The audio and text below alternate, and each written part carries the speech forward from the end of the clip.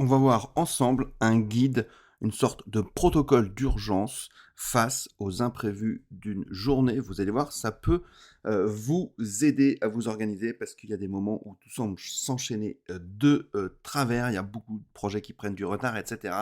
Enfin bref, des imprévus qui prennent la tête. Eh ben, on va voir dans ce podcast un guide de protocole d'urgence face aux imprévus. Avant ça, vous avez l'habitude, je vous invite à vous abonner au podcast OBT si ça vous plaît, si ça vous aide, évidemment à lui mettre aussi 5 étoiles, c'est très important pour nous, pour que le podcast continue à progresser dans le classement de l'algorithme. Et vous êtes de plus en plus nombreux à écouter le podcast et ça nous fait super plaisir. Allez, sans plus attendre, on regarde comment créer un protocole d'urgence face aux imprévus d'une journée. Bienvenue dans OBT. Ici, avec Pascal, on prend la productivité à contre-courant. Pas de leçon de morale. On discute, on partage nos méthodes, nos galères aussi. Et surtout, on dézingue la culpabilité que vous balancent tous les gourous du « fais plus dors moins ». Le but, que vous passiez un bon moment et que vous ayez envie de passer à l'action tranquillement, à votre rythme. C'est super bien présenté, Kev. Et ben, ce que je vous propose, c'est qu'on attaque tout de suite. Salut, c'est Pascal, on se retrouve pour un podcast court à nouveau. Rassurez-vous, très bientôt, vous aurez quelques épisodes longs. On en a tourné avec Kevin. Ça prend simplement un petit peu de temps à monter, mais après, vous aurez ces épisodes de sorte de discussion très chill, très sympa entre nous sur notre vision, sur la gestion du temps, l'optimisation, etc. Ça revient très bientôt. Alors, on va mettre le contexte en place pour ce fameux protocole d'urgence face aux imprévus d'une journée. Il y a ces moments, en fait, comme je vous l'ai dit, où tout semble s'enchaîner de travers. Un projet qui va prendre du retard, un collaborateur qui va se désister, une erreur qui surgit au pire moment, enfin bref. Un imprévu personnel aussi, qui peut s'inviter déjà dans une semaine déjà un peu tendue. Et en fait, c'est pas seulement quelque part des contretemps, ce sont aussi des ruptures en fait dans ce qu'on avait imaginé au niveau du scénario dans notre tête au niveau de la journée. Parce que quelque part, on aime planifier, il y a des gens qui aiment anticiper également, on aime croire aussi que l'effort et l'organisation, quelque part, ça va garantir un minimum de stabilité et c'est en tout cas moi ce que je crois et ce que j'essaye de vous faire, de vous transmettre. Parce que c'est important d'avoir une organisation. Pour toutes les raisons et pour les 27 ou 28 épisodes qu'on a déjà tournés. La réalité, en fait, parfois, ça fonctionne autrement. Parce que la réalité, elle est mouvante, comme on dit. Elle est instable, elle est imprévisible. Et quand tout se passe pas comme prévu, il y a deux réactions, grosso modo, que moi j'observe. C'est soit on va s'agiter davantage, soit on va se paralyser, on va complètement être figé. Et en fait, dans les deux cas, notre lucidité, quelque part, elle diminue. Alors, la vraie question, c'est pas comment éviter les imprévus, parce que dans tous les cas, ils arriveront, c'est plutôt comment se préparer à les traverser intelligemment. Et la réponse, pour moi, elle tient en une idée qui est simple, c'est disposer d'un protocole d'urgence.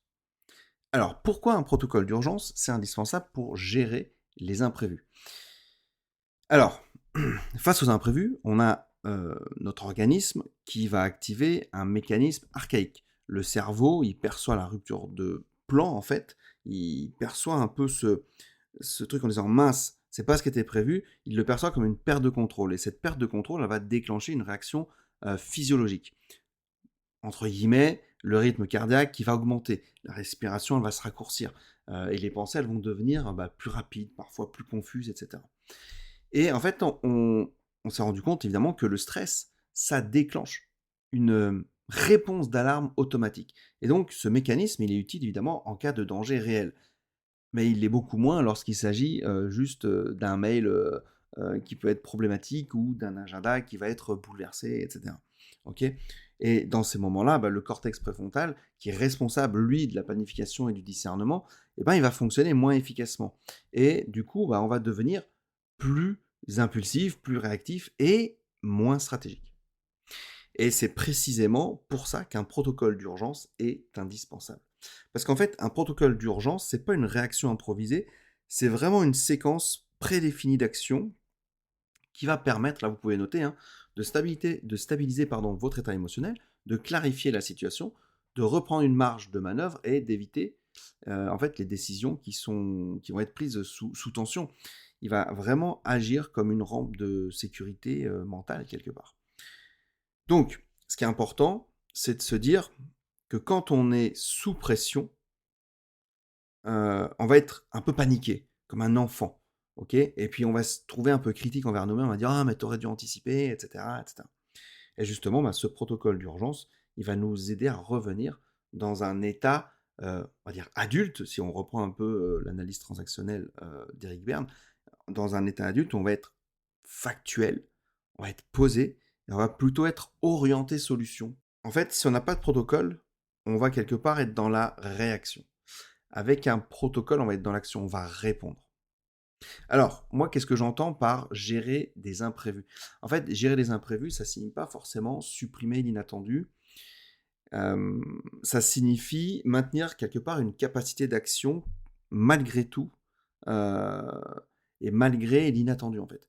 Parce qu'un imprévu, ça devient vraiment problématique, hein, lorsqu'on va remettre en cause une hypothèse qui est centrale, lorsqu'on va désorganiser nos priorités, lorsque ça va fragiliser notre confiance aussi, ou alors c'est un peu problématique lorsque ça va déclencher une surcharge émotionnelle.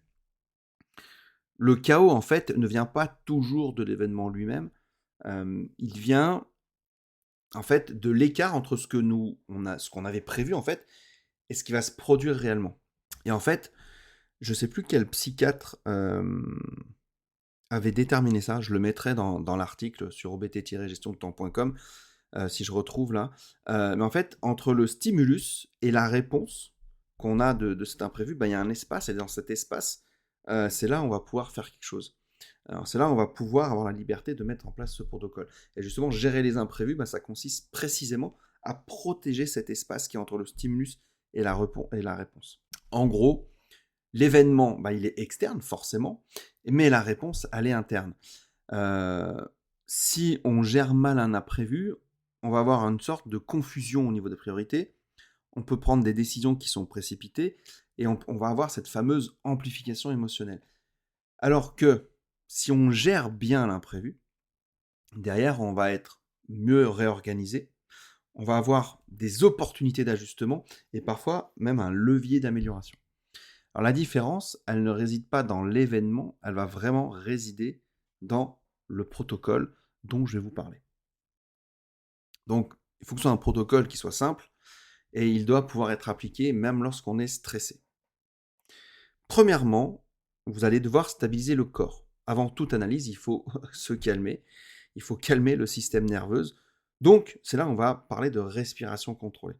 Vous allez inspirer 4 secondes et expirer 6 secondes. Et vous allez répéter pendant 3 minutes. Ça, c'est un exercice qui est très simple, qui active le système en fait parasympathique et qui va être le système parasympathique, ça va être le responsable du retour au calme. Tant que le corps il est en alerte, la réflexion elle reste limitée. Donc c'est vraiment la première des choses, première étape de ce protocole. Quand vous sentez que ça part en cacahuète, vous stabilisez le corps, vous respirez pendant 3 minutes. J'inspire 4 secondes. J'expire 6 secondes. Ok. Vous faites ça pendant 3 minutes, je vous garantis que ça marche du tonnerre.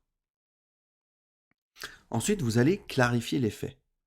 Parce que des fois, on a une perception qui est un peu biaisée. Donc c'est important, deuxième étape, de clarifier les faits. Vous écrivez noir sur blanc ce qui était prévu, ce qui s'est réellement produit et ce qui est réellement sous votre contrôle. Et en fait, la clarté factuelle, elle va réduire ce qu'on appelle les distorsions mentales. Parce que très souvent, l'esprit va dramatiser au-delà de la réalité objective, de ce qui se passe en vrai. Très important de clarifier les faits, d'être factuel. Parce que si vous êtes dans l'émotion, c'est mort. C'est pour ça qu'il y a cette première étape avant de stabiliser votre corps. Troisième étape, réduire le champ d'action. Quand on commence à être stressé par un imprévu ou quoi, on va tout vouloir résoudre simultanément. Et la priorité, en fait, c'est de retrouver un premier point de stabilité. Donc, vous identifiez une seule action utile, pas 10, une, vous l'exécutez. Et cette micro-victoire, en fait, quelque part, elle restaure le sentiment d'efficacité et de sécurité. Très important. C'est ce phénomène de réduire le champ d'action. 4e étape, vous allez reconfigurer votre plan. Parce qu'une fois que c'est stabilisé, ça devient possible de se réajuster. Et pour ça, il faut se poser 3 questions. Qu'est-ce qui doit être absolument maintenu face aux imprévus? Qu'est-ce qui peut être reporté? Et qu'est-ce qui peut être abandonné? Et oui, gérer les imprévus, ça implique parfois d'accepter de renoncer. C'est pas forcément facile, mais il faut l'accepter. Alors, des fois, quand je dis renoncer, c'est peut-être renoncer pour la semaine, pour le mois, on peut le mettre éventuellement de côté, mais si c'est quelque chose vraiment que voilà, vous ne savez pas trop, vous dites bon bah ok, je renonce parce que ça me permet de mieux gérer cet imprévu qui arrive, renoncez. 5e étape, et c'est la dernière étape de ce protocole, intégrer l'imprévu en fait dans sa stratégie globale. En général, quand on fait des plans, on pense que c'est pour éliminer l'incertitude, mais en vrai, pas du tout. Quand on fait des plans, c'est pour intégrer l'incertitude. Il faut prévoir des marges. Il faut éviter les plannings saturés. Il faut anticiper qu'un pourcentage de choses ne se déroulera pas comme prévu. Et du coup, l'imprévu, en fait, ça devient une variable intégrée. Et ça ne devient pas une anomalie. C'est pour ça que je suis toujours, on va dire, circonspect dans ceux qui préconisent d'avoir un agenda hyper serré. Il faut être flex. Et moi, je le vois, parfois, j'ai un agenda qui est très serré, avec les différents coachings, etc. Et quand j'ai un coaché qui me demande de repousser ou de décaler une séance, des fois, je ne peux pas. Je ne peux pas parce que je suis booké plein. Et il y a des semaines qui sont très compressées. C'est quand je ne peux pas faire autrement ou quand il faut que tout rentre dans la semaine. Je le fais. Il ne faut pas qu'il y ait trop d'imprévus parce que dès qu'il y a des imprévus, ça peut être la merde. Et donc, quand j'ai des demandes comme ça de coaching, surtout si c'est fait au dernier moment, je ne peux pas décaler. Si c'est fait un peu en amont, par contre, je peux décaler parce que j'ai toujours des zones de tampon. Mais plus on va arriver tard dans la semaine, moins, évidemment, j'ai de zones de tampon. Donc, je fais très attention à quand même être flexible dans mon emploi du temps. C'est très important. Voilà. Parce que justement, ça permet d'absorber les imprévus. Donc, voilà pourquoi je répète vraiment les 5 étapes du protocole. C'est 1, on stabilise le corps avec la respiration. 2, on va clarifier les faits. C'est hyper important d'être factuel. 3, on va réduire le champ d'action. 4, on va reconfigurer le plan, tout simplement, pour réajuster tout ça. Et 5, on va en fait intégrer l'imprévu dans sa planification globale quand on va planifier sa semaine ou sa journée. Ça permet de prévoir les marges. Alors, il y a quelques exercices pour s'entraîner. Premier exercice, vous pouvez simuler l'imprévu. Une fois par semaine, posez-vous cette question.